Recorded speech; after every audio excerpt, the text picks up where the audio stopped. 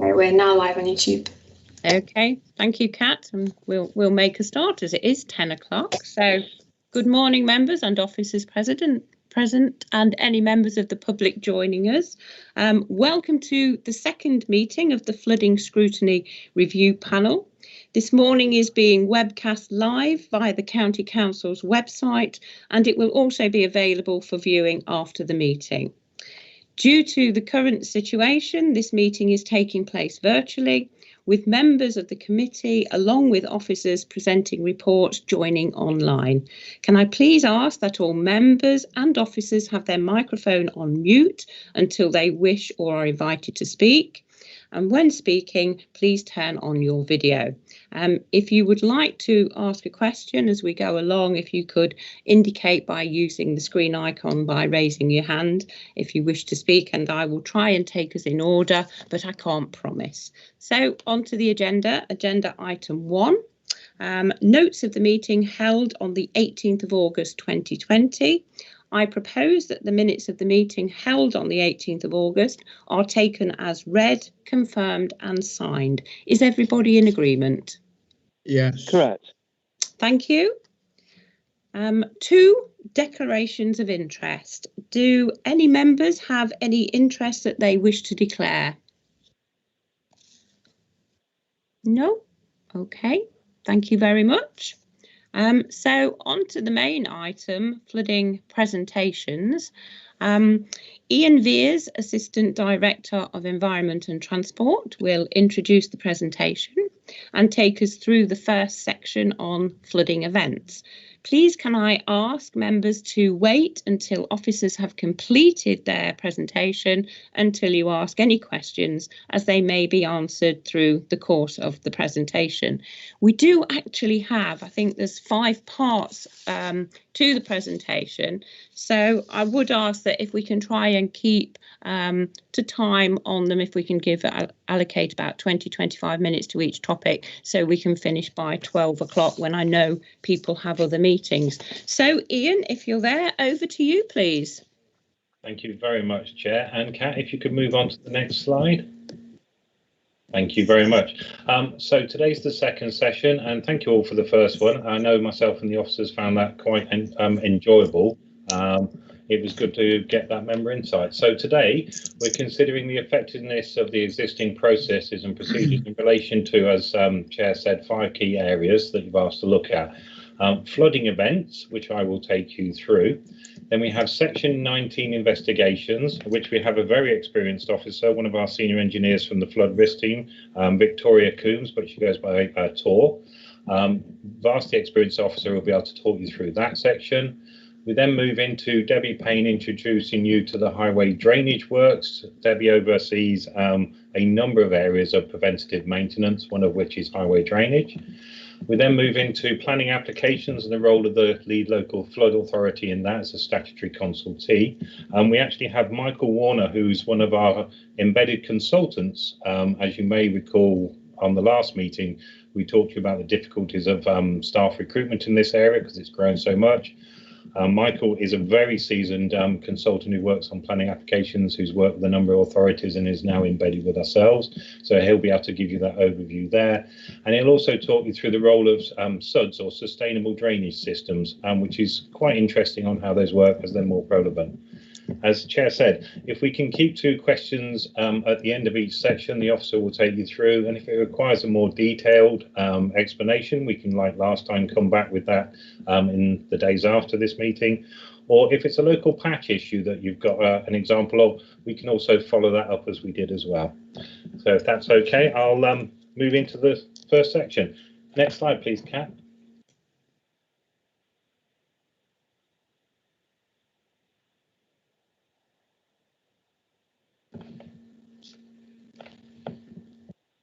Okay, that hasn't moved on for me yet.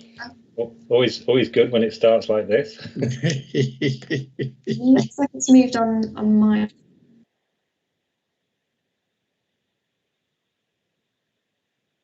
Is everyone else looking at a structure chart? I've still got purpose of the meeting. Yeah, same here, Ian. No, still not moved on, Ian. Purpose of meeting. Okay, let's just give it a second longer.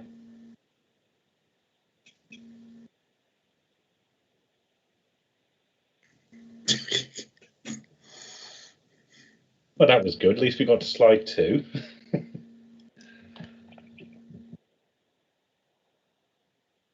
I always have a paper copy with me, so it helps. Absolutely. I was just going to wait a bit longer. Kat, is it moving at all at your end, or shall I? Sorry, Kat, didn't hear that.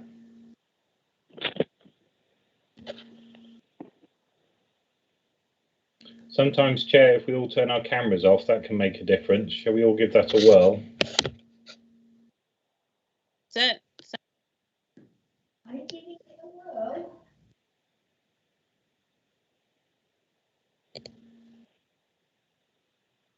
Okay. Kat, can we hear you at all now? Put it back up. I think it might be an issue on my computer. Okay. Kat, do you want to see if I can take control and flick through? Yeah, if that's Thanks, Jo. okay. I was going to say, I think we should try and get this working because it will be very important for the slides to come. There we go. Yay. Thank you, Jo. Well done. Okay. Okay, I'll risk putting my camera back on. Sorry to inflict myself on everyone. Well done. Okay, That thank you. One of the key questions that came up last time was about the size of the teams, the amount of resources. So we did include just briefly at the beginning of this, the 4 slides that you can see. One, this is the current structure of the flood risk management team as it now stands at September 2020. Chairman, sorry to interrupt. I can't see anything, Ian. It's just a screen with members of the committee picture on. There's no detail at all. Oh, okay. This is slide 3. I've got it up. Have you? So you've not got that, Mr. Harrison? No. Has anyone else not got the screen? No, I've got 3 up. Mhm. Mine's working, so I've actually got an organisation chart. Yes, it's okay here as well. Yeah. So David, do you, Mr. Harrison, do you have the slides as well? No, I don't actually, but don't worry, Ian. I mean, if I will follow the best I can. We Okay, mustn't thank you for disrupt that. the meeting just because of that. Okay, thank you, Mr. Harrison. So what we actually have is, if we move on to slide 4, which shows the team at the 2016. Jo, could you move that on? As you can see, the greatly increased team already. There's 4 more staff. That's nearly a 50% increase. As we've had to increase the amount of resource going into the team because their area of work, as we've been talking through, has increased so much. No additional funding has come from the government, but as planning applications, flood instances, and the amount of people asking us to look at flooding issues increase, we've had to find the resource from our normal revenue budgets to actually increase the amount going in there. So the authority is investing more into the flood management team. And if we move on to the next slide for the drainage team. Next slide, Jo. So this is the current drainage team as of September 2020, as you can see. And if we move on to the next slide, this is the team that's actually out there solving drainage issues. Once again, this is increasing by 2 permanent members of staff, just so members are aware as well. And we will have a report going to the ENT Scrutiny Committee in November. Monies that we receive in extra, so the almost £10 million extra from the Department for Transport this year, some of that has gone into drainage works. So we are having to increase the resources here again. So I thought that would be useful just to show how we're increasing the amount of staff across those areas. As I say, and the funding, but not always comes from central government. If we can move on, Jo. Okay, so the first section we were going to look at was the roles of the Local Resilience Forum and the Highway Authority and the lead local flood authority in flooding events. Now, flooding events, I always describe in my head, is when people are actually stood in water. So this is when it really, really gets quite tricky for people. Move on the next slide, please. So for those who aren't familiar with the Local Resilience Forum, should be a lot more logos up there. It basically comprises many of the 10 authorities across Leicester, Leicestershire and Rutland. As you can imagine, with COVID at the moment, they've been very, very busy. And their role basically, it's based on the police force areas around the country. And basically they have no legal powers. It's a bringing together of organisations and responders, so you have joined up communications, planning, training and exercising, preparing for things like we're in at the moment. And they share information and best practice across the whole of the country and report to government. What you should have up there, which doesn't come through on the slides, you'll also have the police, fire, ambulance, NHS, NHS England, St John's Ambulance, Red Cross, East Midlands Airport, the Environment Agency and various other organisations. And as you can imagine, they'll be doing an awful lot of work preparing for things such not only as flood and incidents, but also Brexit, COVID and various other things. If you can move on to the next slide, please. All right, here's all the logos. Sorry, I didn't know it was a phased in. Haven't seen one of these since the 90s. Brilliant. So that shows you some of those others. Thank you for that. So during a flooding incident, so the main role there is to establish the multi-agency tactical and strategic coordinating groups. That's essentially your command and control across any incident. And across Leicestershire, we've had flooding incidents, but actually, if you think about that dam incident that happened up in Derbyshire, there was a major incident there whereby you had to have critical command and control, and it does at two levels: one, the operational, and two, at the sort of strategic command group. So what the LRF will do is work into plans, and there are many, many plans for all sorts of different instances set up. They establish and staff the communication cell, and they provide those links between the different local authorities and other responding organisations. If it's a major incident, the police chair and are in charge. If it's a minor major incident and the police aren't and a major incident isn't brought into force, then it often could be chaired either by the county council or the responding organisation that's lead. So basically what we do is contribute to the humanitarian response, as it says there, and each incident can be different. So they oversee making sure the establishment of the staffing and administration of emergency centres, as you've got there. That can be moving people out of their homes. And they do the activation of local plans and the deployment of staff. And we all, as organisations, should train and be prepared for those. Now, I've got to say, your training and planning can only be as good as your imagination. And as we've seen with COVID, that can get stretched beyond anywhere you may have planned before. But it's about being as responsive as you can. I think one of the key roles is that liaison across all 10 authorities and those public messages. As we know, information can be key at the time of an incident. And organising the support of voluntary organisations. Often the first 24 hours is critical, but as we've seen, these incidences can go on for a long time, and husbanding your resources can be quite critical throughout these, because people can't just keep going for days and days on end. And most importantly, the first thing I was taught when starting to be trained on this is think about recovery as soon as you start the incident, because the recovery is the most important part. Once you've managed the incident, it's how you lead and help the communities come out of it that will be really important, especially in flooding.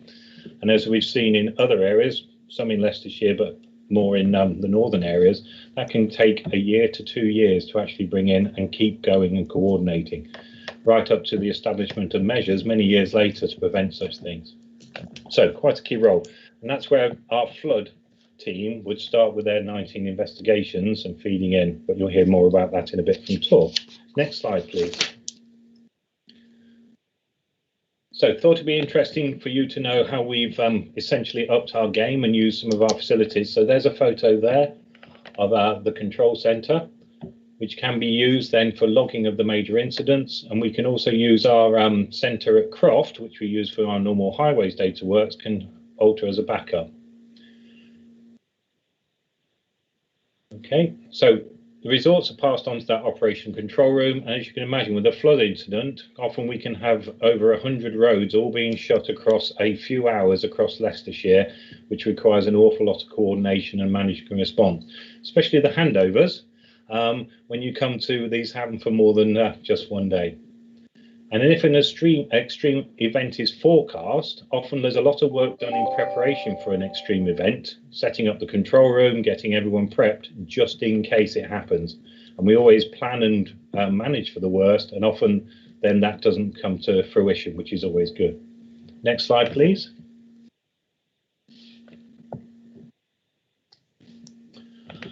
Okay, so as a highway authority, our often role is actually supporting. So when roads are shut, as you've seen there by the police, we will initially respond by making the area safe. That's always the first priority in any incident. So, and then basically we will try and support by sending out sandbags and protect properties and carry out any emergency jetting or gully emptying works. As often seen when I used to live in Castle Donington, whenever it rained heavy, all the detritus used to flow off all of the hedges near the roads and flow all the way down the road. So often it can just be a case out there with our resources, getting things cleaned out as quick as you can to help the water flow away. But as you can imagine, we can be spread very thin very quickly. Just so everyone's aware, we also then have reciprocal arrangements across other authorities where if they ask for our aid, say in Derbyshire, we would deploy our resources there to help them as well. We could ask for the same here because the weather can be, as we know, can even be very different across Leicestershire, let alone just across the East Midlands. So we have helped and responded in other ways. So when that dam incident happened in Derbyshire, we did offer resources to Derbyshire, especially after the first few days. Sometimes you need extra resource to keep going. So next slide, please. Ian, I'm still on slide 8 here. Okay, I'm on slide 12. Should we just give it a while to catch up? Would you like me, for those on the phone, to say which slide we're on? Sorry. Please. Yeah, no worries. Sorry, that should have done that. Should have thought there was a couple of people on phones. Apologies for that. That's all right. It's all right. It's all right, Ian. No worries. Okay, so continuing on the flood events, obviously after the event, the follow-up works and the investigations can take place. That can often be very tricky because where the water's come from, what were the reasons, what's happened, can take an awful lot of time, especially if you're dealing with over 100 sites across the county. But that's where we try and get into because there's nothing better than seeing that what happened was when the water was around. But we also set up flood patrols, known locations where we have the signs up all the time. And we've all seen those instances recently where drivers continue to ignore any sign that says a road flooded, think they can drive through them and then get stuck and call on the emergency services to pull them out. And unfortunately, we have seen, not in Leicestershire, but in other parts in Derbyshire, where you can have loss of life because people have ignored those signs or people have kicked them over. So that's a very important role as well. And we also, on the roadworks.org, we've done this now for a little while and other authorities have copied us. We also put down where all roads are closed due to flooding so people can have access to information. Because quite often in these instances, in the first 24, 48 hours, access to information is key. And it's across many organisations. So if we can move on, next slide, please, slide 13. Okay, so the lead local flood authority's role during the flood events, and I'll say this very carefully, is to collate information. It's not our role to go and sort the flooding. Unfortunately, that's a many organisational type issue. So we collate information on flooding and coordinate with other risk management authorities. Other risks, those are, as you remember from previous presentations, Severn Trent, the Environment Agency, reports, and they can be submitted online about the details, because our role as the legal flood authority is thinking about after the event and what can be done to prevent it in the future once the investigations will be complete. But that's Tor's presentation, so I'll move on. We provide guidance and support to those who have been flooded. Okay, and we direct them at the relevant organisations. And I think this is where how water is dealt with in this country can be quite confusing for people, because what they'd actually like is clear, concise, who does what, and it can involve many, many different organisations depending on the responsibility for the water where it is in the process. And one of the things we do, we shouldn't do, don't have to, it's not a duty or anything else, but we find it really helps is when people are studying water, when their house has been flooded, it's a very emotive issue. They want information. They want someone to actually speak to. So our flood team, if it can, will get an officer out there to attend public meetings to actually start sharing the understanding of what's happened, if they can, what can be done about it, and what the process will be afterwards.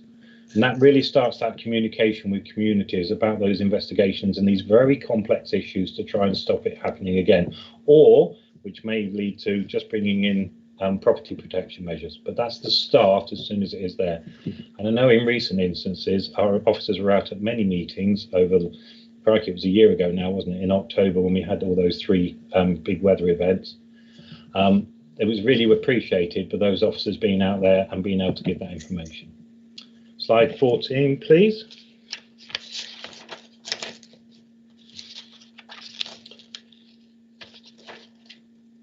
Okay, so our role during the flood events is to assess all the reports of internal property flooding that comes in and potential Section 19 investigations, which is what you'll hear about in a bit. So it's only to assess those. Our primarily, ours is an investigatory role to identify what others have to do. Unless it's an issue with highway drainage, which would be our responsibility, quite often it could be about what others have to do, be it riparian owners, Environment Agency, Severn Trent, but Tor will explain more of that. And I've got to say, the key point here is, even though it's a grandiose title, and you've heard me say it before, the lead local flood authority does not have a duty to implement a solution to a flooding incident, and does not have the funding, unfortunately, allocated it to do that as well. We have to bid for any measures that are identified, which we bring together as part of one of those investigations.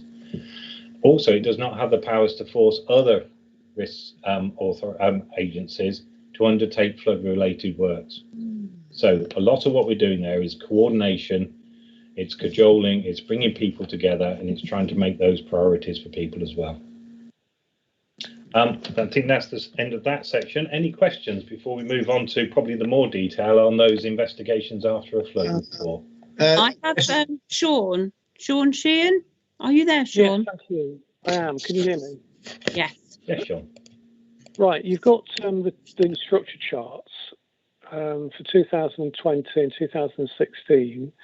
So when did things change from 2016? What year did the flood team take on additional staff? So we basically, we're just advertising for some staff and interviewing shortly for some of those staff on there. If you want the timeline between then and how it's grown, I'll have to come back to you on that, Sean, if that's okay. I was just trying to show from when the major duties started, about 2015-16 to now. But if you want a diary of which dates they actually came in, I'll have to bring you that separately. So you're advertising now. Does that mean that the staff on that chart for 2020 are not actually in place as yet? There is a number of vacancies on those there, but what we have done is cover them with agency staff from consultants like Michael, who you're going to hear from later. So where we've had vacancies, we've not just left the work and not done it, we've had consultants in filling those roles. Yeah, because I just wanted to know when the improvements took place, if they were recent or whether they took place quite shortly after the 2016 structure was in place. What I'm looking for, and this is the question I'll be keeping in mind throughout this series of meetings, is where is there room for improvement?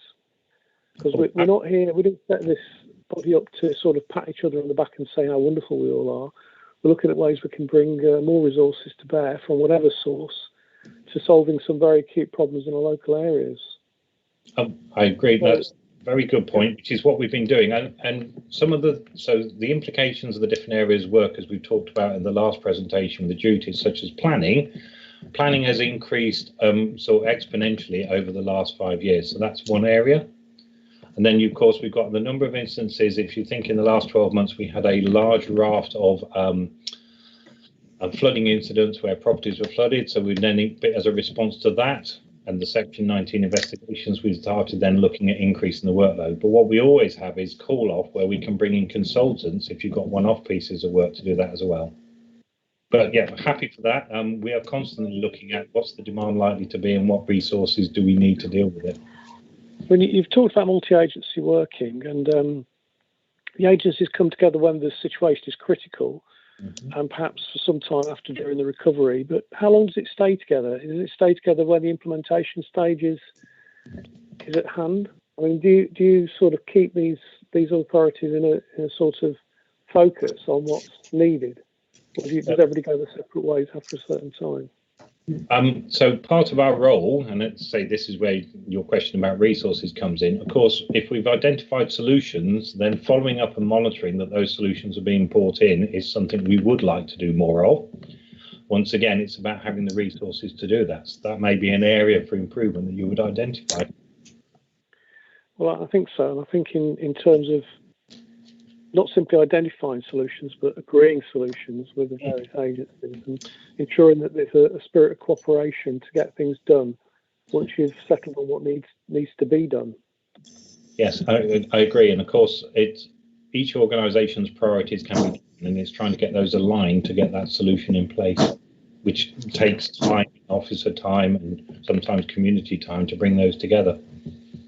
Okay, I mean, it's maybe something we need to do more on, but I'll give it a rest there, Chair. Oh, thanks. Thank you, Sean.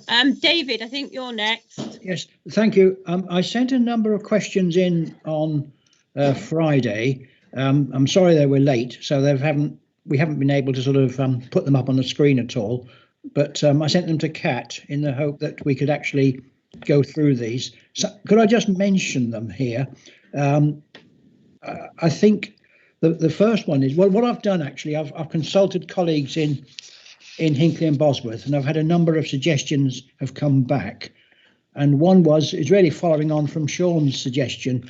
This suggestion was that the Thames Water area have a leaflet which shows how complicated the responsibilities are. And it would be useful if we could have a similar one made available by presumably Severn Trent as the equivalent. And this really picks up again from what Sean was pointing out, and I'll read this out to you.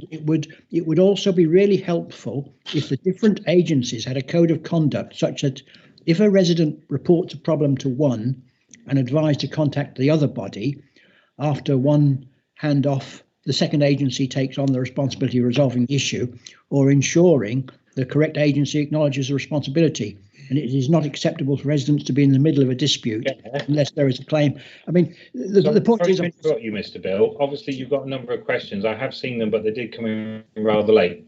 I do think a number of those questions you've got will be handled by the presentations, because I know there was ones about drainage and planning of various parts.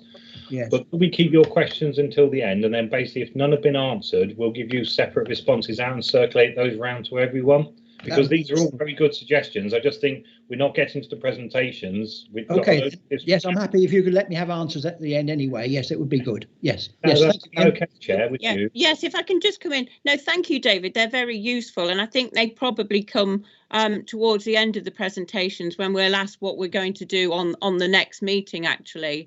So yes, if we can carry on with the presentations, because I'm conscious of time. So if we can get all the presentations done. I did actually signal I'd send a message I'd like to speak. Sorry, Dan. Yes, you carry on then after this, and then we'll get on to the next presentation. Basically, Ian, first of all, well done. It was fantastic, and it was so involved and so informative.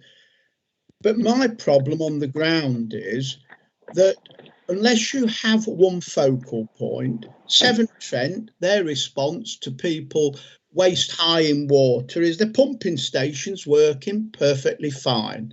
So that's their answer. The fire brigades rang because the lady in her 70s can't get out of a bedroom, her toilet's downstairs, and that's flooded. Could you ask a neighbour?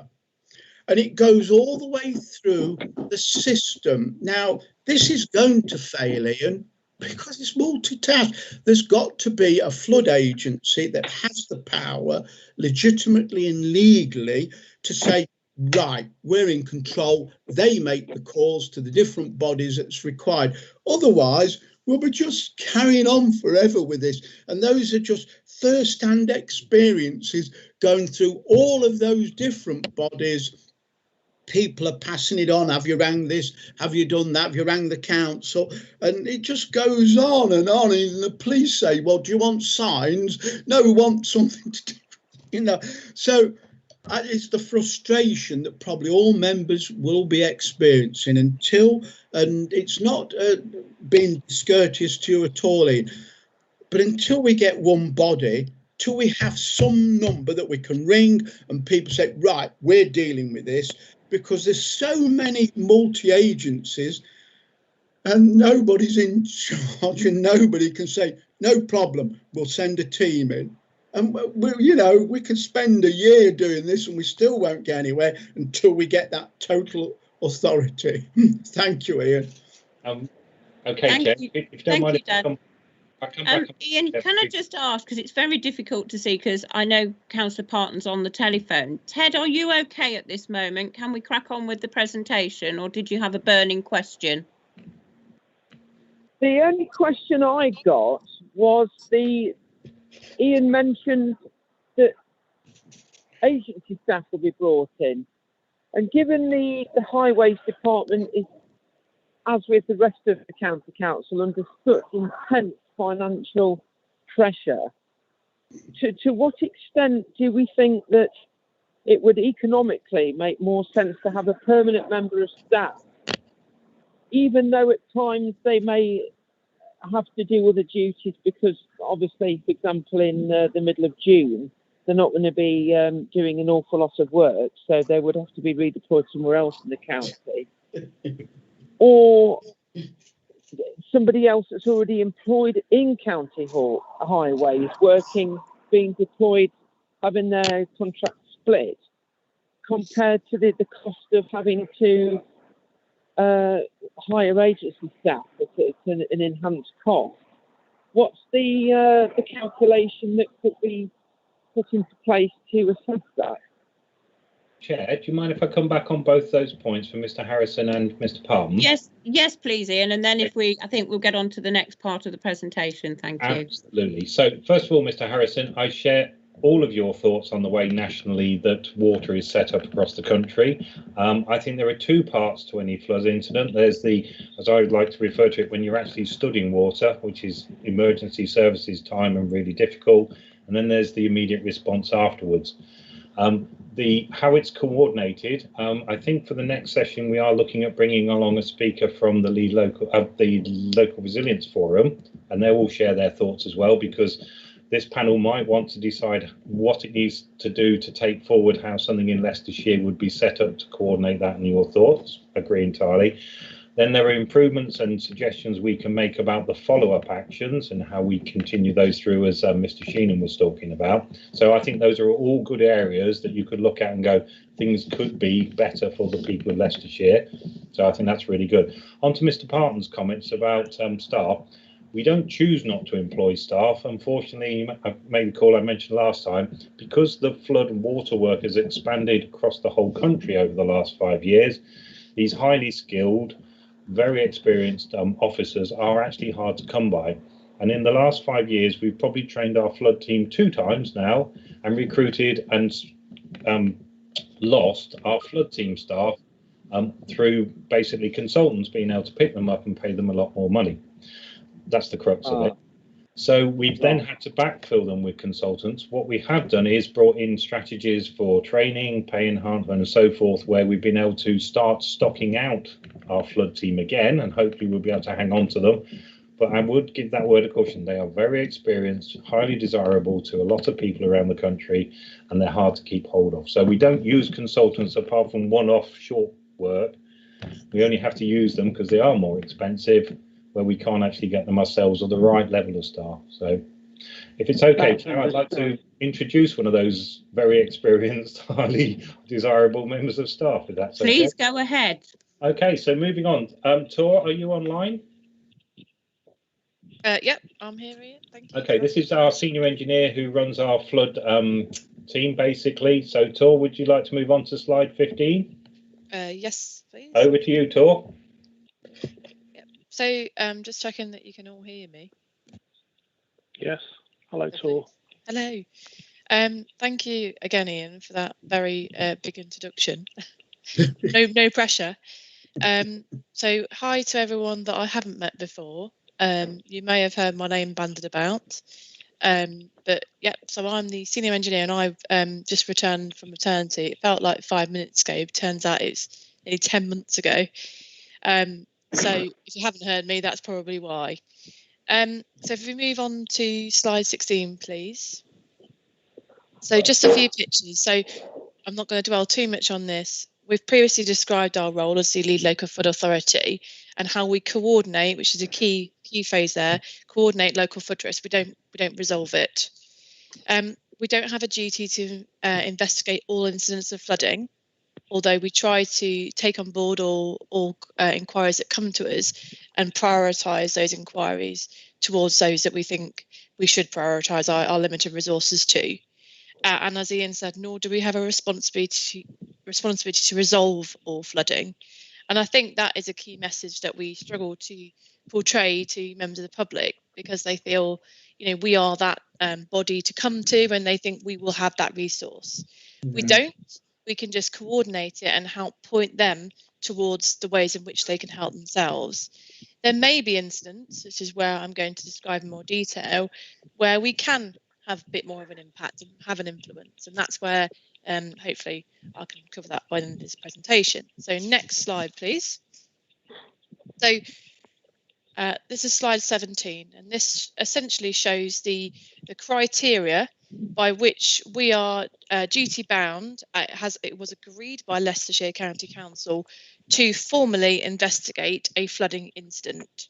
So where it triggers our locally agreed threshold, we must identify risk management authorities, identify actions and publish those actions in the form of a formal investigation, which again, I'm going to show you what one of those looks like in a moment. So those triggers are loss of life or serious injury, critical infrastructure flooded, so very, very large bits of infrastructure, from unknown or multiple sources, that's a key point, and also internal flooding to a single property or more from unknown or multiple sources. It's worth also pointing out that a garage or an outbuilding or a garden does not trigger that threshold. So if you're thinking back to what we're doing, we need, the first thing we're looking for is, does the flooding incident that's come in, the inquiry that's sent in through the public or yourselves, does it trigger any of those? Because that's where, when we're really busy and it's been raining and the whole of the county is underwater, fingers crossed, not again in this October. I've touched some wood. Please can everyone touch some wood? That's where we're really looking to make sure that those that need our help get it the most. So if we can, next slide, please. So to try and give you a flavour, so we have to identify the risk management authorities and we have to identify actions and publish them for those authorities. And we actually publish that in the form of a short form. Other organisations would have chosen different routes, but what we do is a short form which goes on our website. So a short form is reserved for a simpler investigation. I'm sure you can understand some inquiries we receive are easier to look at than others.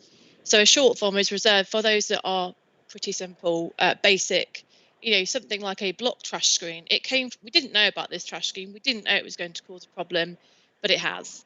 And it's an easy way to resolve it. And it's usually one or two actions or risk management authorities. So I think there'll be a red circle disappear if we just click the button. Yep, there we go. So really, it's all focused around, you know, what actually happened, the summary. So these nice little summary boxes to tick what was impacted and where did it come from. So if we can go to the next slide, please. We also have a longer report for more detailed and complicated investigations. This is a recent complicated one that we looked at, and this particular investigation would have involved a lot of site meetings, a lot of talking on site, countless sort of phone conversations, and detailed in-depth data analysis. And this is where something, you know, quite major is likely required to happen, and lots of different actions from lots of different agencies. And so the bulk of that report is going to come from all that work, and therefore it just becomes a much longer and much more detailed report. And like I said earlier, we're talking about multiple different agencies working together. Because flooding is so unique, we've got so many different people responsible for different parts, that, you know, it requires bringing everyone together, which is our role, to coordinate it and publish it in this report. Next slide, please. So just a summary of facts for you all to see where we're at. So to date, we have completed 20 reports. That's 2 short and not 18 long. So as you can see, it does generally result in large ones. We don't get that many short ones. We have got a number outstanding, that's 14, and that is down to predominantly the significant flooding that occurred last October and into the early parts of this year. And also we were still catching up from a great deal of workload before that. And these reports do take a significant amount of time. So we've tried to give you a flavour for the average time it would take per report, which comes at around about 40 for a short one and 65 hours for a long one. And they're just sort of basic figures around what that might cost the authority. Just to give you some kind of indication for what that might be for a consultant, as Ian made reference to, we've had a significant workload and we have a high turnover of staff in our section.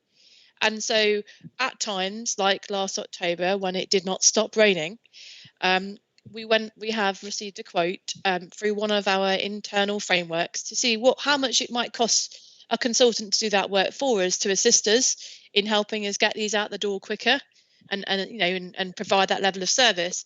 And we were quoted nearly £10,000 for one more report. So that's the kind of ballpark figure we're dealing with. And also the figures that I've quoted above, that does not take account for the number of investigations that don't become Section 19. So I made reference to, we look at all inquiries that come to us to help prioritise. And very often, when they first come in, it's believed that they will be a formal investigation. They do trigger our threshold based on anecdotal information. And so, but however, as we progress and we contact customers and do that data research, it becomes apparent that it does not trigger our threshold. And so we've done a substantial amount of work that actually we're not formally obliged to do. However, that doesn't mean we just say, oh, actually, we're not bothered, we're walking away. It just means that it's extra work we've done that we weren't legally required to do, and it adds to our workload. And then obviously we have to prioritise that amongst all of our other inquiries as well. And it's really important to say that there's not that much difference in terms of time spent doing a long and a short report. And that's simply down to the majority of the time is not actually writing that report, it's actually doing all the engagement, coordinating. It's a significant amount of time. And so inquiries for us, whether they're formal or informal, just take up so much of our time. Next slide, please. And final slide. So as I know Ian previously mentioned and I've made reference to, each report summarises with a number of actions for different risk management authorities. It also sometimes has actions for homeowners individually, as they are required to help themselves. Leicestershire County Council, we do often have actions in reports. I'd say the majority of them, they do come, and it's sometimes it'll be ongoing maintenance to make sure we're on top of things. But sometimes it can also be, actually, we want to understand the risk in more detail, and we need to do a detailed investigation. And therefore, we're going to prioritise this investigation and bid for funding to do that work. And just my final point really is that we, as you've previously identified, we don't have any powers to enforce upon risk management authorities to do any actions in these reports. However, knowing that's the case, we do network, and again, which takes up significant amounts of our time, attending network meetings with our peers and with RMAs to follow up on any actions we've identified to make sure they're being progressed. Especially as we have so many of them moving forward. And so these networks allow us, or afford us, that opportunity to check up on these actions. We have an action log, again, which we look at and can allow us to sort of keep trace of that. But all RMAs are duty bound to work together through the Flood and Water Management Act. So it doesn't sound great that there's no legal powers we have, but it is all there, threaded through the Flood and Water Management Act to work together, and that we do. So to date, we've been very successful in engaging with RMAs and keeping on top of actions, and that's what we do. So it's not all a bad news story, but I do agree with points that have been raised, about this flooding central body. Somebody needs to have this overall responsibility to make people do it, but don't be disheartened, because the Flood and Water Management Act is there to make us work together, and we do work together through these network meetings. And that's me signing off. Thank you very much. Any questions? Thank you, Tor. I'll jump in first. I think Sean's got his hand up, I can see, and then I'll go through members because we're on different mediums. And so one thing with the investigation, what is the actual role or input from residents or people that have been affected, like the parish councils or the wardens? Because I know from experience in my division that they want to get involved and they want reassurance more than anything that it's not going to happen again. So I'll leave that one there for you. Okay, so can you just clarify, as like I didn't quite understand what you were asking. Is it when is it making reference to the comment I said about in a report we often say there are responsibilities for individual homeowners? Yes, it's what, you know, what actual input do they have into any reports when there's been a major incident and their home has actually been flooded? Yeah. Can they have any input into the reports? Yes. That's a question, really. Yeah, so for example, we've recently done one in Long Watton, whereby a lady was flooded out of her home and still has not returned. And actually, she's been key in helping us input those reports, because no one knows or understands the flooding incident like they did themselves. And so we work tirelessly with those individuals to make sure that they are aware of the status of the report, what's going into that report, and also to make sure that they are comfortable with what's being actually put in that report in the first place. Because a lot of people are worried about future insurance and property blight.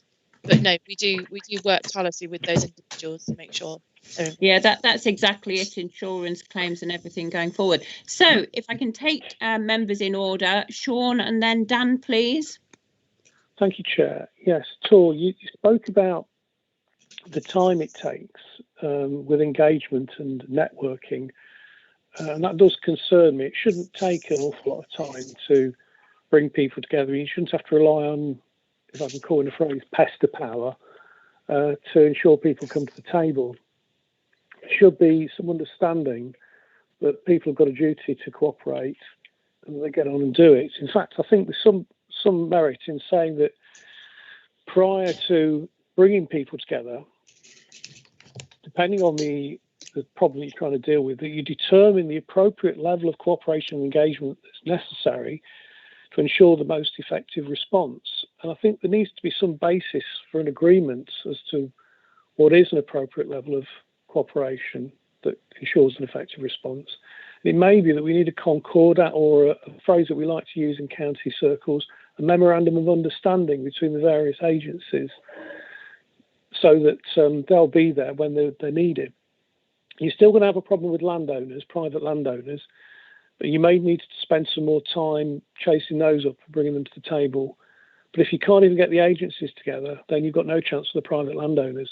So getting the agencies together should be the easy bit, and then you just need to work on the other elements that may be quite key to delivering a solution, but they're not always reluctant, they're not always willing to part with their money, if you see what I mean. Chair, should I just respond to that question? Yep. Yeah. I think perhaps slight misunderstanding there. I think it's not the time it takes to bring people together. It's the time it takes and the multiple numbers of times it's needed for agencies to get together to reach a conclusion and move a lot of these inquiries forward. Drainage inquiries are often very, very complex, and will often flooding often results as a result of us not understanding, which is hence why it's part of our criteria, why it happened in the first place. So it's a wild goose chase in most instances to find the way forward. So this example at Long Watton, we've been out countless times, coming to endless sort of closed doors, not finding a way forward, which takes officer time. And then obviously we have to get together. Different agencies are pursuing their own actions on site to try and find a way forward. So it's not actually the reluctance for people to meet and that time. It's actually we all need to be together to talk through and agree the way forward, and that takes time, unfortunately. Well, I agree. You need everybody around the table. We've seen this before, because if agencies are absent, they tend to cop the blame, and everybody else sits back and says it's not our problem. If you've got everybody around the table, there's no way to hide that way. And I think you've got, with the introduction of new systems, new ways of working, a great opportunity with remote meeting facilities now, which are well established, to bring people together relatively easily around the table, and nobody should be absent from the discussion. Shouldn't have an excuse. I do just come in, if that's okay, Tor. A couple of things just to say there. First of all, Leicestershire's level for investigations and looking at things, how much we prioritise people's properties get flooded, is much lower than other organisations. And I know, Sean, you were picking up on that earlier. So I think it's about right, Tor, isn't it? We do twice the many of investigations as other corresponding authorities, because that level of... Now, of course, with all instances, as Tor's explained, if it's just outbuildings, gardens, or the potential for flooding, which great concern for residents, we have to prioritise the resources where we're investigating. We do a lot more. But other organisations, such as Severn Trent or various others, will be prioritising where they spend their resources as well. And unfortunately, it's a lot of Tor's time and her team is spent convincing others to make it a priority because it isn't for them, because properties haven't been flooded or multiple properties haven't been flooded if there's a potential. So that's a lot of the work that goes in as well. And quite often everyone, and I understand the frustrations from residents, they're just looking for a solution with several organisations going, it's not us, because it's usually complex and, you know, all interacts. It's weaving that way through to get that collaborative action together that it could be quite difficult, as we know, across all public bodies. So I think we'll hear more about at the next session when we have hopefully people from Severn Trent along, the Resilience Forum and ourselves, which will feed into those. But we don't have unlimited resources, and neither do other organisations, unfortunately. Thank you, Ian, for that, for clarity. Dan, please. Thank you. First of all, Tor, that was the most interesting part of our meeting today, and the way you were able to put real flesh on the bones was fantastic, so I congratulate you on that. Dealing with the Flood Authority, I was most fortunate, and I haven't spoken to him for a little while. I hope he's still there. Andy Smallwood. He was fantastic. He attended 2 parish council meetings with me. But from that, and I'm only saying this as a little experience, we now at Appleby Magna have got flood wardens. We've now got the parish buying telemetry equipment, so potentially people be aware when the water's becoming high and they've got that little bit of chance. They're not suddenly looking out and seeing, or looking down and finding their feet wet. And there's a whole range. We've got the district council involved. We've got landowners upstream designating some land to act as a flood element to help save a lot of pressure coming at one stage. We've got landowners downstream removing logs and tidying up and doing all sorts of things. So my first comments was, what on earth happens when it rains and we've got the problem? But there's a lot of work that councillors can do once you've actually said, right, we've got through that phase. What do we do to stop it happening again? And there's many constructive things that we can do by looking at it carefully, thinking where the key points are. Maintenance is a vital part of it. Talking to landowners, as Sean suggested, critical. And people are not really bad when you talk and they can see and understand, then they become more helpful. And we mustn't be shy at saying, can you please help? But anyway, so well done, Tor, and I know you're in a difficult situation. I'm well aware of staff coming and going and the pressures are on, but keep up the good work, and thank you very much indeed. Thank you. Thank you. Thank you for your comments, Dan. I haven't got anybody else indicating to speak unless anybody says so now. David or Ted, shall we move on to the next presentation, please? Thank you. Okay, Chair, if I can now introduce Debbie Payne. She's our Environmental and Preventative Maintenance Manager. Thank you again, Tor, for that excellent section. Debbie is a long-serving officer with the County Council. She not only manages the drainage but other parts, but I'll leave Debbie to take you through the drainage works. Debbie, are you with us? I am, yes, thank you, Ian. Hello, Debbie. Okay, thank you. Okay, morning, everybody. I'm going to give you a overview of the highway drainage system, how it interacts with third-party systems and how we maintain it. So to recap from previously, under the Highways Act, we've got a responsibility to manage and maintain drainage related to the functioning of the highway. We have to remember that other agencies also have drainage assets within the highway, as well as other assets such as telecommunications, gas, electricity, things like that. So the highway drainage consists of a number of assets, the most obvious one being roadside gullies, the ones that we all know about, we all see, the metal grates at the side of the road. We have channels that convey water off the road into ditches, ponds and lagoons, and a lot of underground assets that aren't always obvious as you're driving around the county. Can we have the next slide, please? Thank you. So this shows probably a typical arrangement of drainage assets that you would find on a rural, semi-rural location, and the ownership and maintenance responsibilities. So within the actual picture of the road, you can see to the left the road gully. To the right, what we call a highways grip, which is a channel cut into the road. And underneath the road, towards the top of that picture, you can see what's labelled as a piped watercourse. Now, they are the maintenance of the highway, maintenance responsibility of the Highway Authority.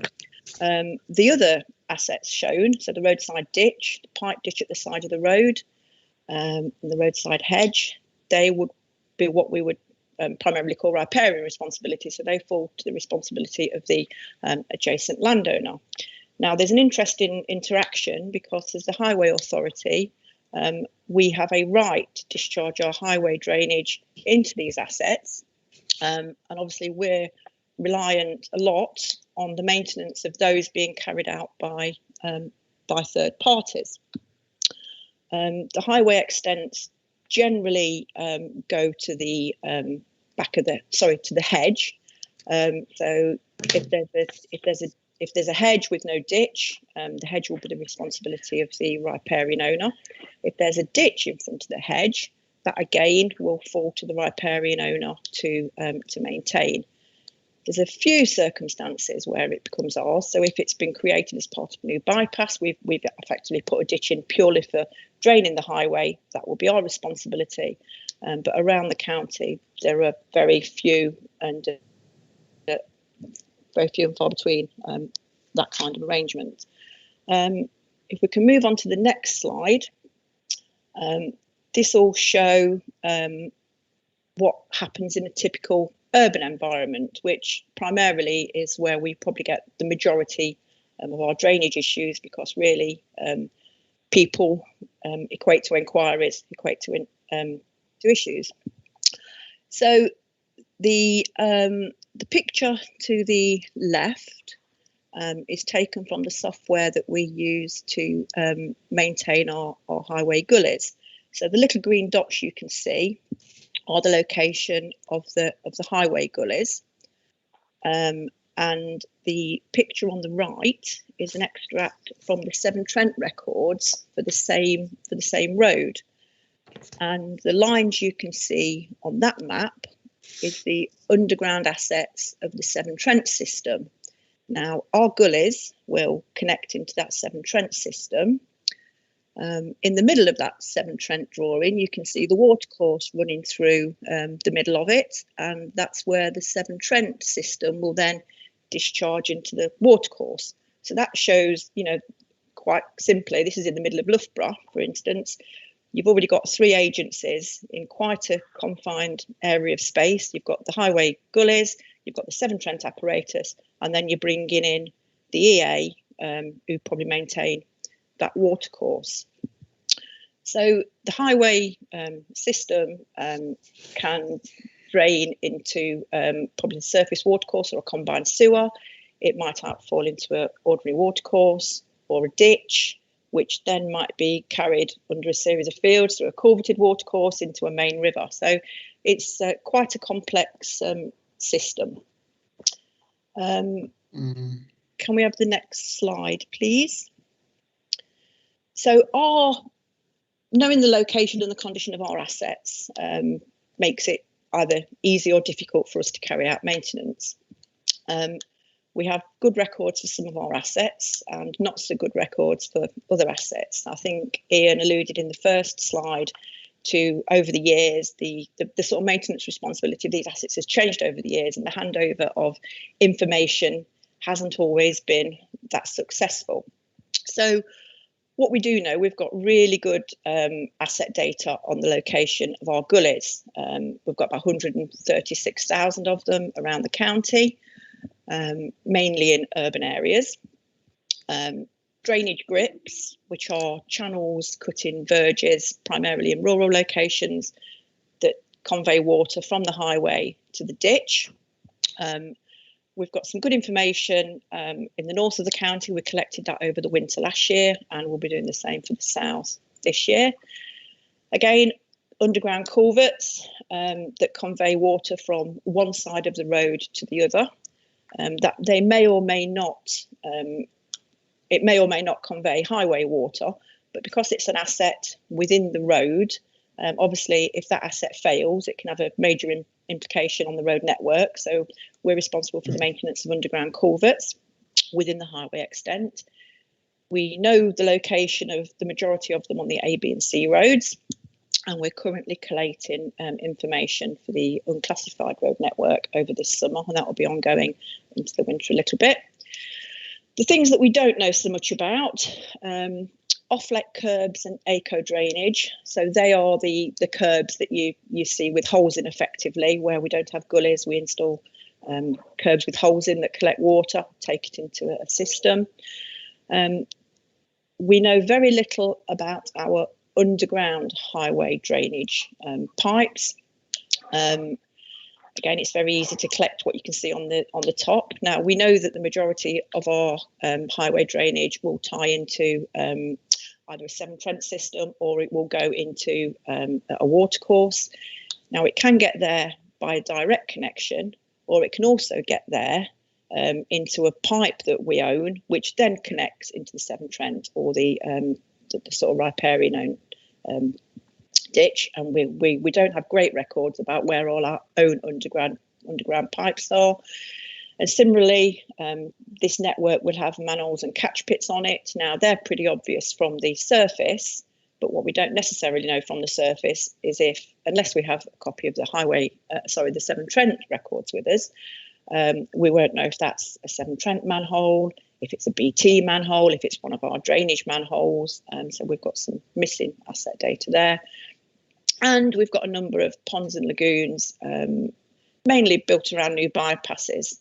Yes, we know where all the new bypasses are, but we need to carry out an exercise of actually getting all of these ponds and lagoons mapped on a central database within the department, so we can identify where they are and what the maintenance requirements are of those. So next slide, please. So I'll just talk you through how we actually carry out our routine maintenance. So we've recently changed the way we schedule routine maintenance of highway gullies. Historically, they've been cleansed basically on a calendar, on a schedule of working around all the villages and all the roads and emptying every gully as you come across it, which wasn't a particularly efficient way of doing it, and it was taking sometimes up to 2 years to get round to every gully. So we carried out an exercise where we collated data from the gully emptying regime over a number of years, and what we did, we measured the silt levels as we went around the county, and from that we were able to see which gullies got filled quickest, basically. So from that information we were able to categorise the gullies, so we could actually empty them on a more risk-based approach. So we've got 3 categories of gullies. We've got P1s, P2s and P3s. P1s and P2s are emptied on a frequency of either 10 months or 20 months. And on the P3s, they're actually inspected and not attended with an emptier. So the P3 gullies are dipped every 24 months to see how much silt's in them. So your P1 gully locations typically will be on the resilient road network. They'll be in areas where we have known flooding incidents, and also we've included gullies that are on roads that have quarries on them, for instance, because we know that, and we know for a fact that in Breedon near Cloud Hill, the gullies get clogged up there really quickly because of all the dust and all the lorries coming out of the quarries. So, it can be something as simple as that sort of affects the designation. And again, the P3 gullies, they were sort of designated by frequently going to gullies and the guys finding that there's actually very little in the pot. So, we don't need to empty them that often. And they're typically on estate roads that carry very little traffic. So any defects that the gully emptiers find, we can then investigate. We do get quite a lot of information coming back. They can be things like stuck lids. There might be a car parked over the gully that we're not able to attend. So again, after the information comes back, we can then review what we find and then react to that information. So this new schedule started 18 months ago. So the end of November, we will be at the end of the 20-month cycle.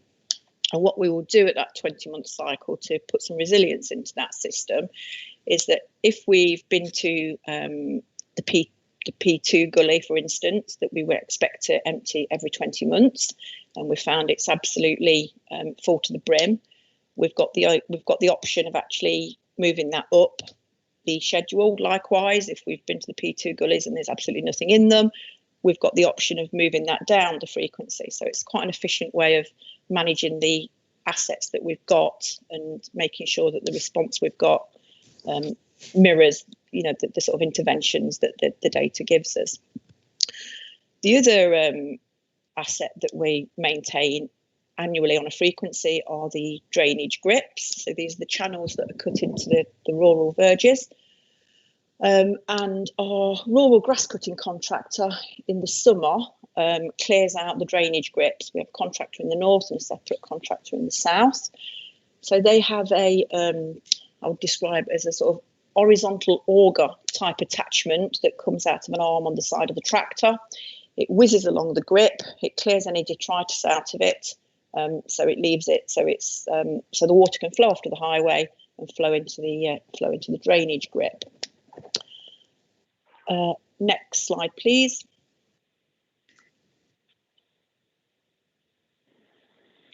So just to talk around our reactive maintenance. So the most frequent type of report we get by customer service that comes into the control room is drainage related, is a block gully. So when we receive a report of a block gully, the first thing we do is to see if there is any scheduled routine maintenance within the next 3 months. If it isn't causing an immediate problem, we'll leave it for the routine gully emptying machine to pick up on its rounds. If it is causing a problem, or if it's in a known flooding location, we'll schedule in a reactive visit. And so one of our own gully emptiers will go out there, empty it, and attempt to jet it. If that doesn't solve the problem, sometimes you empty the gully, you jet the outlet pipe, and you might find a blockage in there. That might mean we need a camera survey to see if there's any issues within the pipe work or further in the system. We might need to dig trial holes to find out what the problem is, and that might lead to a small scheme to repair, a length of pipe work or the outlet. Sorry. It could well be that you find the highway drainage system is working, but the sort of pipes, the Severn Trent apparatus or the watercourse that it runs to is blocked. In which case, we'll engage with Severn Trent. We'll speak to any relevant third parties to highlight any works that we require them to do to actually free the system up so that highway drainage can work. In times of heavy rainfall, it will increase the amount of reactive work that we get. It certainly highlights, it's a very quick way of highlighting any issues. You know, members of the public are very keen to ring in with problems they have, which is great. And then obviously after the event, we can carry out any investigations. Next slide, please, Joe. Thank you. So this is just a summary to give you an idea of the kind of numbers that were received. So 2019, 2,287 reports of block gullies through the customer service centre. That doesn't include any gullies that our contractor picked up and wasn't able to fix as part of the scheduled maintenance. 850 reports of other drainage or flooding incidents. And that is alongside us attending to, 75,500 gullies, routine scheduling maintenance of that, and also inspecting 14,000 gullies on the P3 locations.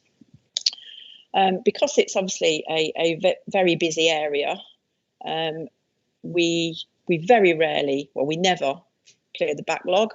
We've always got an outstanding workload, an average of about 260 at the end of every month, rolls over into the next month.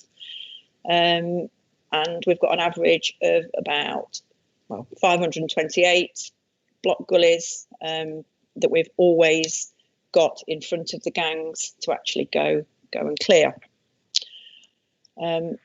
We've got an average of 4 drainage gangs over the year and 2 reactive gully emptiers carrying out the work. That's on top of the routine maintenance gully emptiers. We have 3 working round the clock, 2 every day and 1 every night, working on the network, emptying the 136,000 gullies that we've got over the network. And if you can move on to the last slide, please, for this section. This is just an indication of the customer inquiries that were received within the area. So this is a 2-year period, and it shows the inquiries received in the highway drainage team, coloured in orange, and the flood risk management team, coloured in, I'll call that turquoise. And you can see the peaks. You can see June 2020, February 20, October 2019, November 2019, when we had intense rainfall. You can see how much difference that makes to our everyday workload. Prior to that, during the summer of, June 28 to was it April 29, it's quite a nice steady number. But we will still be recovering from some of these inquiries that came through, February and June 2020, investigating and actually, prioritising major repairs over minor repairs. So I hope that gives you a insight as to how the drainage infrastructure all fits together and the sort of workload that we deal with. Thank you, Debbie. I didn't realise gullies could be so complicated, but I really do now. I've got 2 people wishing to speak. Sean indicated first, and then David, please. Yeah, thanks. Interested to read your figures on the number of gullies and the blockages, etc. You got a figure of 2,287 reports of blocked gullies. Mm-hmm. Are you doing an analysis of whether they were P1, P2, P3, so that you know better where your problems are likely to occur in the future? You did say something about that, but I don't know if you actually done a breakdown of that number. Yeah, well, we will do we'll at the end of the 20-month schedule for the routine maintenance, we will do a breakdown and analyse the data that's come back. And what we will then do, including that data, will be the reactive works that we've carried out over the period. We have to remember that not every report of a block gully actually is a block gully, which probably sounds a bit odd, but we do get in times of heavy rainfall, we get people ringing up, reporting a block gully, which will say water's coming out of the gully must be blocked, there's water coming out of the gully. Now that actually sort of proves quite the converse, really, that if the water can come out of the gully, it generally means that the system further down is full. So by the fact that water can come out of the gully, had the outlet or the outfall been clean, water can go the other way down the gully. So we do have to analyse to a certain extent, you know, what members of the public do. And of course, some of those block gullies will be reports of, you know, people have probably walked past one, they've seen 3 block gullies on the road, and it could well be that the we're expecting them to be blocked at that time, or, you know, almost full to the top at that time, because scheduled maintenance is due. Because what we don't want to be doing maintenance when gullies are empty. We want them to be, you know, probably 75% full but still functioning, so we make sure we're emptying them at the optimum time. And you'll see, looking at those figures, that of the 2,287 reports we received, we actually only attended to 1464 of those, because some would have been due scheduled maintenance, or there would have been some other insight. You know, it could be duplicate enquiries. You know, you can get 3 or 4 people reporting the same gully. So yes, in short, we do look at the data that comes through. What you need is to try and avoid everything going wrong at once when there's a big rainfall. And there's 2 elements to that. One is increasing your resources to deal with it.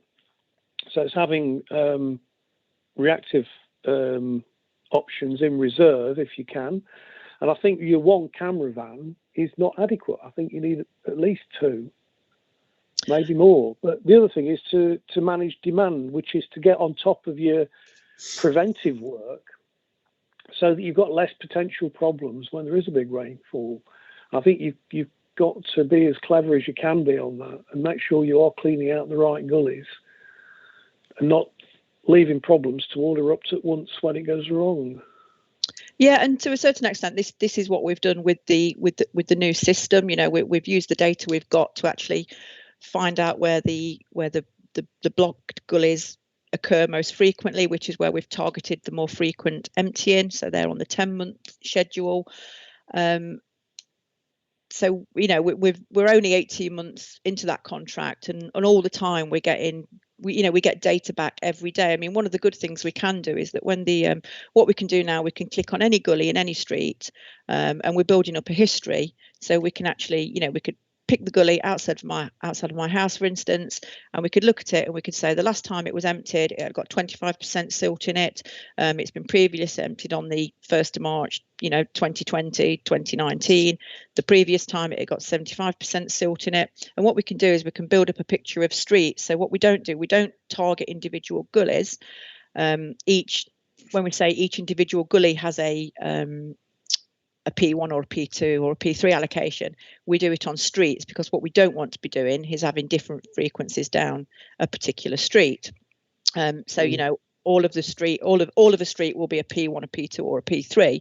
But what we can do is that if we find one of the gullies is blocked in a P2 street, we can then look at it and say, you know, if we do attend or don't attend to this on a reactive basis, what is the impact likely to be?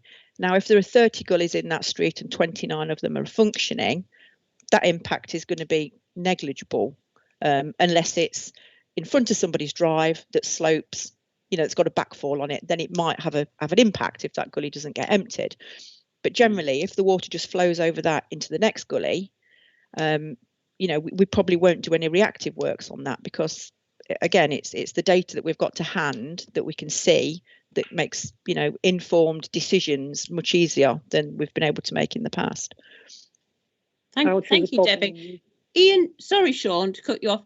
Ian, did you want to come in on that one? I saw your hand go up pretty quick there. Yeah, if that's okay, Chair. I'm sort of just picking up on Debbie's diagram as well. We know an awful lot about our gullies now, but as Debbie's alluded to, and we've had conversation for a while, the rest of the assets and where it connects, what we're actually finding now is we're managing the gullies well, but what it connects to, where it goes to, is leading to more expensive and bigger problems. So we have big programs that are ongoing about collecting our most valuable asset details to better understand where we have the problems. So that's going to take many years, but we've been working at doing that. You're right about the camera car and so forth. The more evidence and information we get, the better we can handle it. And Sean, it comes down to what you said all the way through. It's about resources. Averagely, a drainage scheme can cost £60,000 odd. The recent one we just had takes a lot of time to organise, and we have many of these to do. And where we try and focus our resources into those areas that we know we've got problems, as we found with the last year or so with the heavy rain, we don't know exactly where it's going to rain really heavy and what new problems it's going to throw up in a system that we thought was okay. I think just the final one I would say is, as you can see from the diagram that's still up, if we were to have resources ready just in case we have a bad summer or a big rain event, then it would cost us an awful lot of money that we could be used elsewhere, because that's reactive over preventative. What we do is we re-roll a lot of our resources to go out and do the reactive work. But again, it's down to what other damage have we had on the highway network, what's happening in winter, what's happening in summer.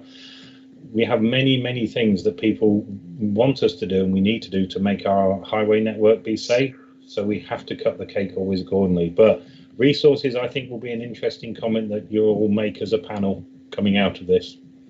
Yeah, if I could just quickly come back. I think the point about having resources in reserve kind of makes my other point, which is preventive work is the better option. Yeah, and the other thing is that there's also concerns that I have in certain areas about runoff from fields, which is very heavy with silt quite often, and how you go about preventing that, keeping the muck out of the system, in other words. Yeah, that is a concern. We will liaise with landowners where we know this is an issue. It's not always easy for the landowner to resolve either, and obviously, you know, there's going to be cost implications for them. But to a certain extent, a lot of these issues are absolutely fine 98-99% of the time, but in times of heavy rainfall, you know, an issue will come to light that we've never experienced before. So it's actually having the sort of almost foresight of seeing where we're going to be hit next, and you know, trying to mitigate that. But unfortunately, the crystal ball doesn't always work that well. And interestingly enough, we can have an incredibly heavy, you know, downpour in the north of the county, and the south of the county has nothing at all. So it's very yes, it's not always easy to deal with. Thank you, Debbie. Thank you, Sean. If I can just ask David. David's been waiting patiently for a question, and then once we've taken David, if we could move on to the next two presentations, because I am concerned about time. So go ahead, David, please.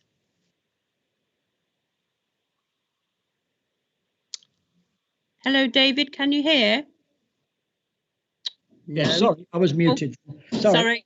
Yes. We're going to run out of time, but this report raises that's an excellent. These are all excellent presentations, but it starts to raise other questions in my mind when I listen and read what we've got in front of us. I mean, I can see the gullying empty machine coming past our house on a regular basis, and that's fine because and of course we haven't got any parked cars out here because we've got drives. But where you haven't got drives and you've got vehicles parked over the gullies, presumably the gully's not being emptied.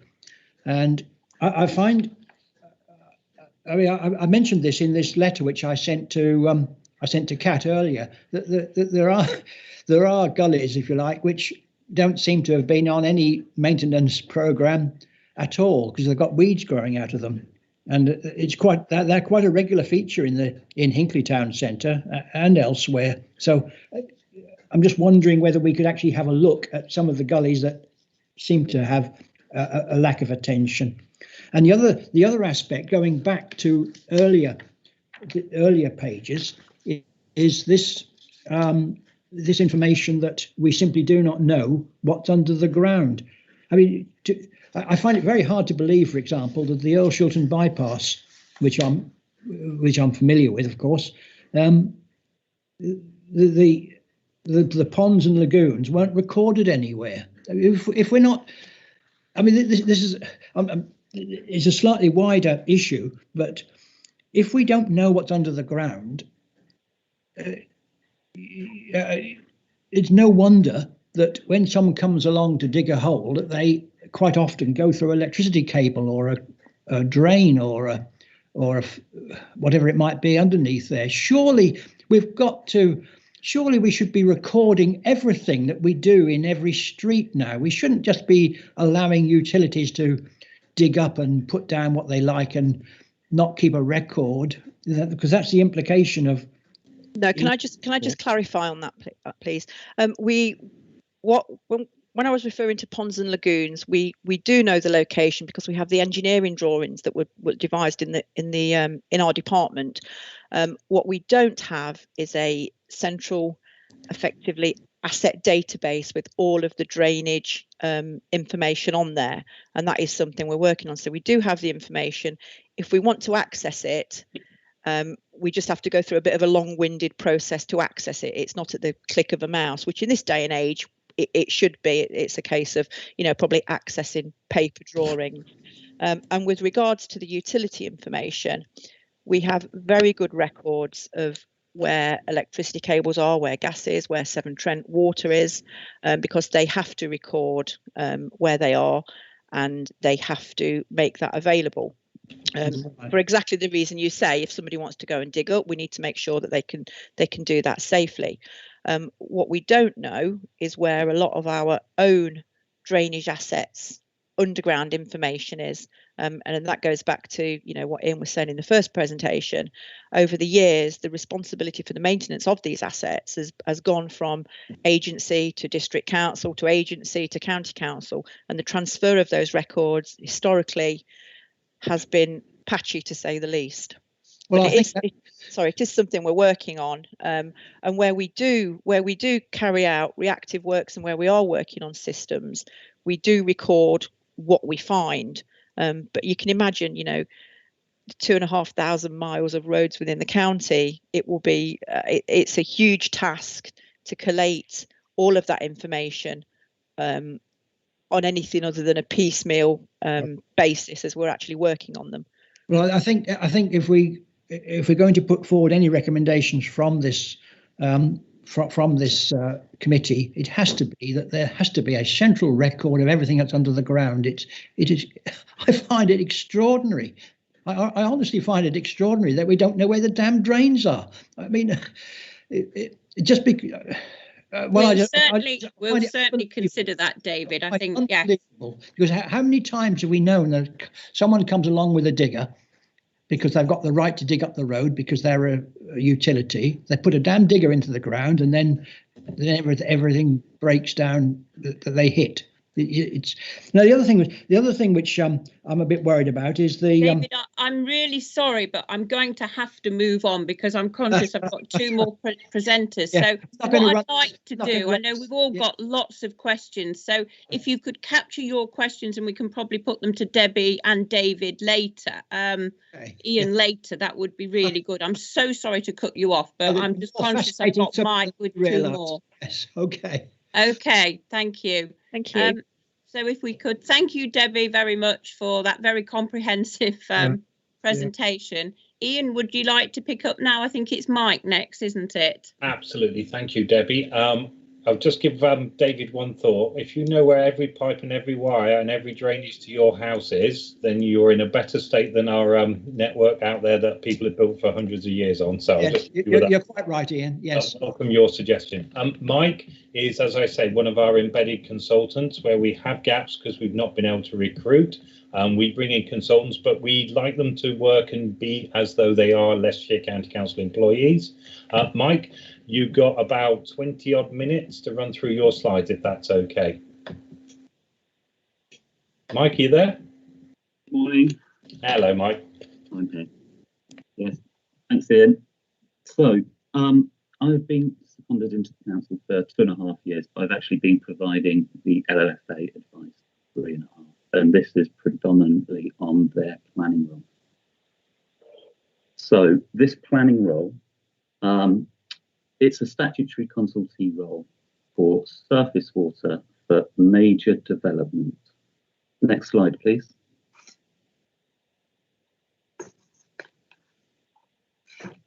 So this was defined in a House of Commons written statement, and it defined that the role would begin on the 15th of April 2015, and it would seek to make better use of planning conditions to secure more sustainable drainage systems. This was a role that was previously fulfilled by the Environment Agency. Next slide, please. This is slide 34. So within Leicestershire, there are 7 planning authorities. As we're short on time, I won't read all of them, but there is an 8th at the bottom, and that's Leicestershire County Council themselves, who are the planning authority in relation to minerals and waste sites. Next slide, please. So, as mentioned, this role began in 2015, and that resulted in a huge amount of extra work for the lead local authority to deal with. And ultimately, that workload ended up being pushed to consultants, in this case, WSP, which is who I work for. Now, there are currently around 1,200 consultations a year. Part of my remit within my secondment is to bring these consultations back in-house. When I started my secondment, there were 700 consultations a year. So it's very much a moving goalpost, almost doubling since I started with the council. But the council is currently dealing with 59% of all consultations in the last year, 64 in the last month, 64%. Leicestershire County Council are also dealing with some consultations in relation to minor development where there is a local flood risk concern. For example, in proximity to a Section 19 flooding investigation. Now, we do not have a statutory duty to provide comments on minor applications, but sometimes there is cause to steer the planning process in reach. We also provide standing advice and pre-application advice to developers. Pre-applications, there have been about 100 of those in the last year, and they're all done by Leicestershire County Council. Next slide, please. So, this was previously undertaken by the Environment.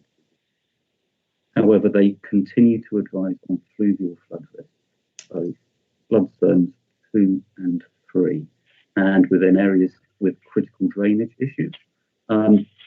There are no such areas in Leicestershire, thankfully, so isn't relevant here. But they also advise on other geoenvironmental and groundwater. But they no longer automatically advise on the size of a hectare or more, or on the culverting of ordinary water. Next slide, please. So what is a major planning application? So this is defined in the Town and Country Planning Order 2015 as 10 dwellings or more, or where we don't know how many dwellings there are going to be, say it's an outline application, the trigger for that would be half a hectare, or the provision of 1,000 square metres or more, or any site that is an area of a hectare or more, or any site associated with minerals or waste development. Next slide, please. So just to clarify on a couple of points, there is an expectation that the lead local flood authority enforces on developments that they have provided advice on. For example, if a site causes flooding during the construction phase, it's expected that the LLFA enforce against this, but that is a planning issue, and that does sit with the local planning authority. And another point is the LLFA, in their their reviewing process. We do not approve applications or discharge conditions. This is the function of the local planning authorities. We make recommendations as a result of our reviews, which the LPA can use to make the final decision. That's it for that section. Are there any questions on that? Thank you, Mike. I can't see anybody indicating, which is unusual. No, I haven't got anybody at the moment. So if you'd like to carry on with the second part, and then there may be questions then. Okay. Is the hand just gone up? Hang on, a hand's just gone up. Mr. Bill. Would you like to go ahead, David? Yes, I'm asking on your behalf, Maggie. Stony Stanton, if the county council was asked to comment on applications of 10 properties or more, how surely they're new properties, aren't they? That part of Stony Stanton that flooded. How did that get through the system? I'm only asking for as an example, Yes. an example of one that which is fairly close to me. What actually went wrong, please? Okay. I believe there's an ongoing Section 19 investigation at that location, and what I can say is that was approved prior to the LLFA involvement, so we can't really comment on the process that was undertaken at that time. But it was prior to April 2015 that those details were approved. I think there were some minor layout amendments that we did approve, but not the overarching principles of the site. Thank you for asking the question, David. And I've actually got a meeting following this meeting on that same subject. So thank you. Thank you, Mike. I don't think, Ian wants to come in now. Yeah, just very briefly, just picking up on that point from David. Obviously, when there was a lot of those rain events over the last 12 months, and they happened where new developments could either be seen to be happening or not, a lot of people jumped to conclusions that this development has caused this flooding. I'm sure Maggie will say when she goes through, it can be a lot more complicated than that. There's how the developer was building it out, what responses, what was put in place, have they done what they were supposed to do with their drainage, have they connected, or did it even just rain an awful lot and the current drainage system in the area couldn't deal with it? So it gets very complicated. But one piece of work we are looking at, because this was picked up and Blake asked us to when he was still our lead member, was could we just have a look at where some of these water events are happening, where new developments have happened in the last few years, and is there any correspondence? Because new development, if it's mitigated properly under our responses from the LLFA, shouldn't lead to any worse condition. It usually leads to betterment, but very complicated, not just down to a development. So I just thought it was worth making the point.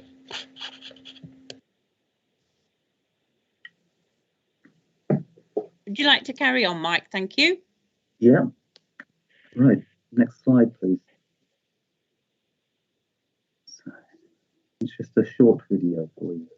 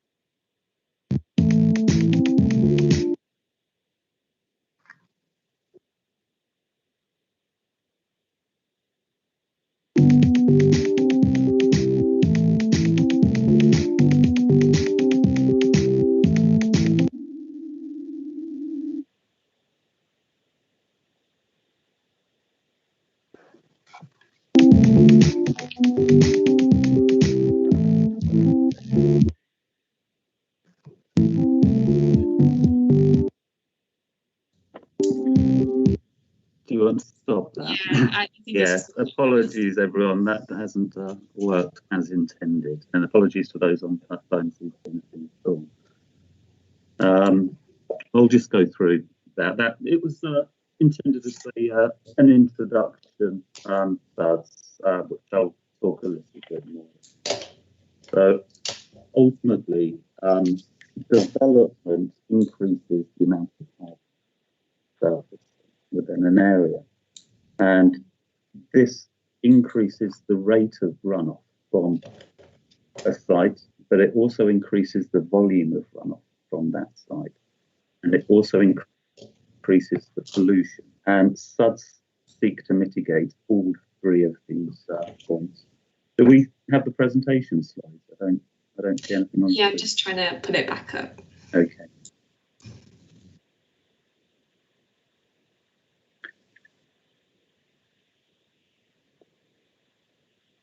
I'll continue. The next slide's just a pretty picture.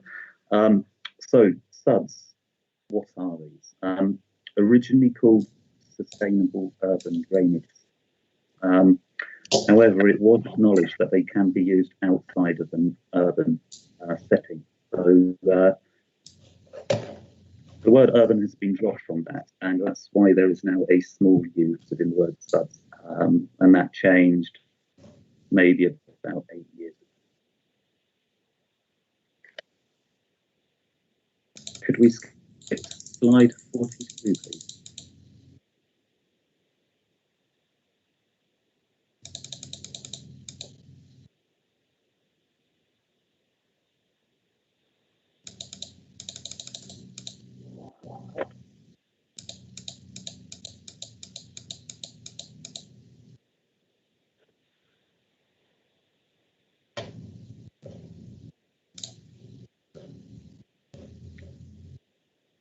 That should be on slide 42. Yes, that's it. Brilliant. Okay, there are many different types of SUDS. You would have seen some of them in that video. Apologies for that. But the most common types of SUDS that we see on development are on screen there. So dry detention basins. These are essentially depressions in the ground. Some people may walk past them every day and not realise what they are there for. So they can provide multifunction uses. Wet ponds, these provide excellent amenity and ecological benefits. But the nature of these ponds also provides added treatment benefits. Pervious paving, the third picture along there, typically in courtyards and driveways. This allows water to go between the blocks, filtered below, and then join into the network. It provides storage and treatment. And the third picture shows a swale there. So a swale, if you don't know, is a bit like a ditch, but the side slopes are much more shallow. So they're safer in a urban environment. You're not going to get people falling in them quite so easily as you would say with a ditch. And again, that provides good treatment benefit. You can have grass, all sorts of plants in them, providing a filtration before it is discharged. I've got two more there with an soakaways. Soakaways are great. They're the best way to get rid of water because that water is staying on the site, below the site, instead of leaving. However, in Leicestershire, it is predominantly clay with only a handful of pockets of sand and gravel in northwest Leicestershire. So typically, soakaways are not a viable option for the 99.9% of development in Leicestershire. And the last one there, tanks. These can help control the peak discharge rate, provide flood protection in that way, but tanks do not provide any additional benefits. They do not provide any treatment. So they are appropriate in some fittings, say a building in the middle of a town centre where there just isn't space the building and a parking area, there isn't space. Tank may be appropriate in those settings. And also in larger developments, tank along with pervious paving or so the treatment benefit is provided elsewhere. They can be appropriate. Next slide, please. So, SUDs, they seek to mimic the drainage process to reduce the effect on the quality, rate, and quantity, and also, where possible, provide amenity benefits. But depending on the development type, there may be a greater or a lesser need for pollution control. MPPF requires that all development, greenfield and brownfield, discharges at greenfield rates. In the case of brownfield, where it is not technically viable, they are allowed to discharge at existing rates, but never more. And all proposals need to take account of climate change recommendations from the Environment Agency, which is up to a 40% uplift in rainfall. So these SUDs are also designed to provide benefits in the future. And next slide, please. So who is responsible for the maintenance of SUDs? The new one really is water authorities. So the new sewer adoption, design and construction guidance was released earlier this year. And this redefined what a sewer is, a surface water sewer. So we all imagine a sewer as a pipe. And the definition has now changed so that it covers anything that conveys surface water. So as long as it's conveyed from point A to point B, it's a sewer. So a swale, a filter drain, a ditch, a pond with a low flow channel in the base. As long as it's conveying that water, it can now be adopted by a water authority. Now, as this is new, this isn't happening yet, but that does open things up a bit in the future to allow developers to integrate SUDs such as swales a bit more into the development, because previously where they wanted to put the swale in, they had to put a sewer in next to it. Otherwise, the upstream development wouldn't be adoptable under the previous requirement. Now they can put all the development drainage through a swale and it would still be adoptable. The second one is private ownership, and this is pretty much 99% of what we see. And this is either maintained by the developer themselves or by an appointed management company. But they would have responsibility for maintaining those. Typically, the pipe work would be adopted by the water company, but normally they would only take up to the head wall of the a pond or a swale. They wouldn't actually take the SUDs itself. There are some exceptions. Anglian Water had a policy to adopt SUDs, but that's purely on a voluntary. But when they want to, essentially, if it's a very large development, they may consider. The third one, Highway Authority, as mentioned earlier this morning, where there are SUDs associated with the public highway. These would be adopted by the council. There is a fourth, but it is unfortunately extremely rare, is when SUDs are multi-use and are integrated into open space, they can be adopted by the district council as part of their open space. And that concludes that section. Thank you very much, Mike. Do we have any questions? I can't seem to see any hands raised. I don't know whether Councillor Parton has any questions, because I can't see him indicating, because I know he's dialing in on the telephone. I do have one question from Councillor Bill. So David, if you'd like to go ahead.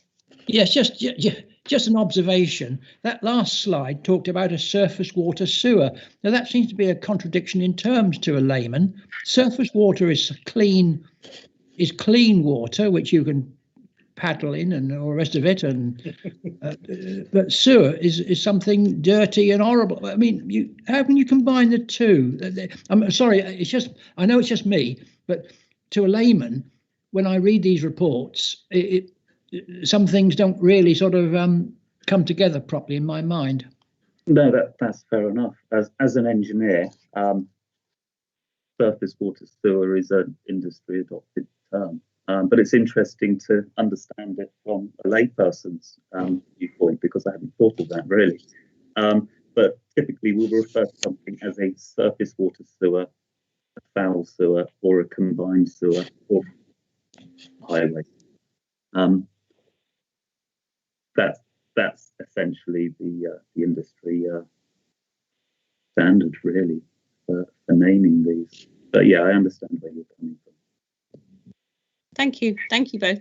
I don't seem to have any more questions from anybody, so I would just like to say thank you very much to all the presenters who have presented today. It's been very interesting. I think Sean wants to come in. I'll just come back to you in a moment, Sean. But just to say thank you very much for everybody who has presented.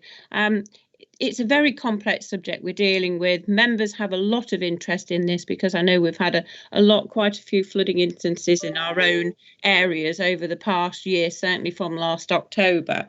So thank you very much. What I would like to ask from members is, if there are any burning questions you have that we've not managed to capture today, if you could forward them to Kat so we can capture them for evidence building for future meetings. I've now got Sean and Ian just before I move on to the next agenda item meeting. So Sean, if you'd like to go ahead, please. Thank you, Chair. It's not a burning question. It's just really saying something with one eye on the next meeting. And I think when it comes to joint working, and prioritising resources, there has to be a premium on this collaborative work. I think if we allow agencies to fall back on their own minimum standards, we've not there got a good basis for cooperation. I think they need to be more flexible when dealing with partners, because if we can't crack this, we'll find that complex flooding problems just become chronic, and we just see them appearing year after year with no solution in sight. So I'll just say that as a way of perhaps approaching the next meeting. Thank you, Sean. Ian, would you like just to have a word before we just say what we're going to do probably on the next meeting? Yes, thank you, Chair. That Sean's comments really nicely lead into what I was going to talk about and probably what you'll want to discuss. So we've discussed a number of things here, looked at what you asked for coming along, just to expand. So we thought the people you'd want along for the next meeting, one, the Local Resilience Forum, because there's been a lot of discussion today about dealing with flood incidents when they're happening, but actually thought, and you've asked for the Local Resilience Forum to attend and give you their perspective and views and recommendations or discussion, because that'll be useful for yourselves about that picture. We also thought along bringing then Severn Trent Water, their responsibilities, their primary agents' responsibilities, but also how they work and deal into our Section 19s and their priorities, something Sean was talking about.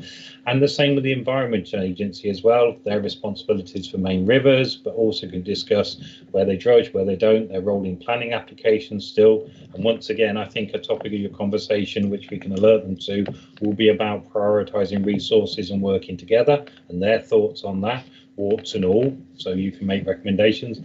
And we also thought we'd ask for written responses from our 7 district councils on what they do during a flood event, because they have a lot of responsibilities, and what measures they do to have in place to help prepare, to help you with your recommendations again, to give that fuller picture. You've heard a lot from ourselves, but I'm sure you'd like to hear from others. That's why we've got them coming along to help form those recommendations. So that's what we thought. Happy to receive any more thoughts, but obviously anyone coming along to Scrutiny, we do like to give them advance notice of what you may wish to talk about so they can prepare well.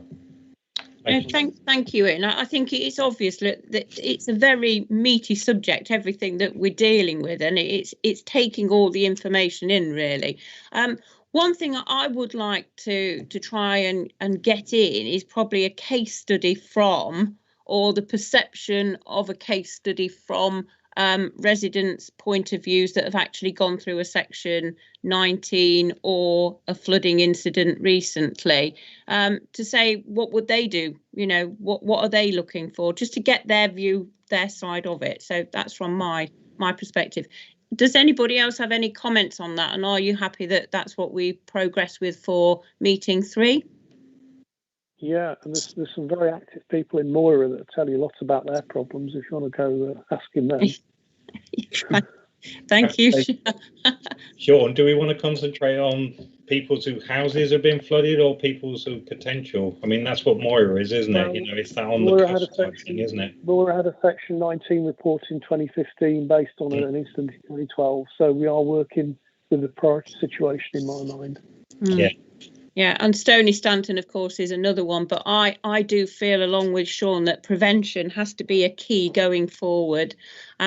So thank you very much. I think that's really good for meeting 3, if that could be arranged.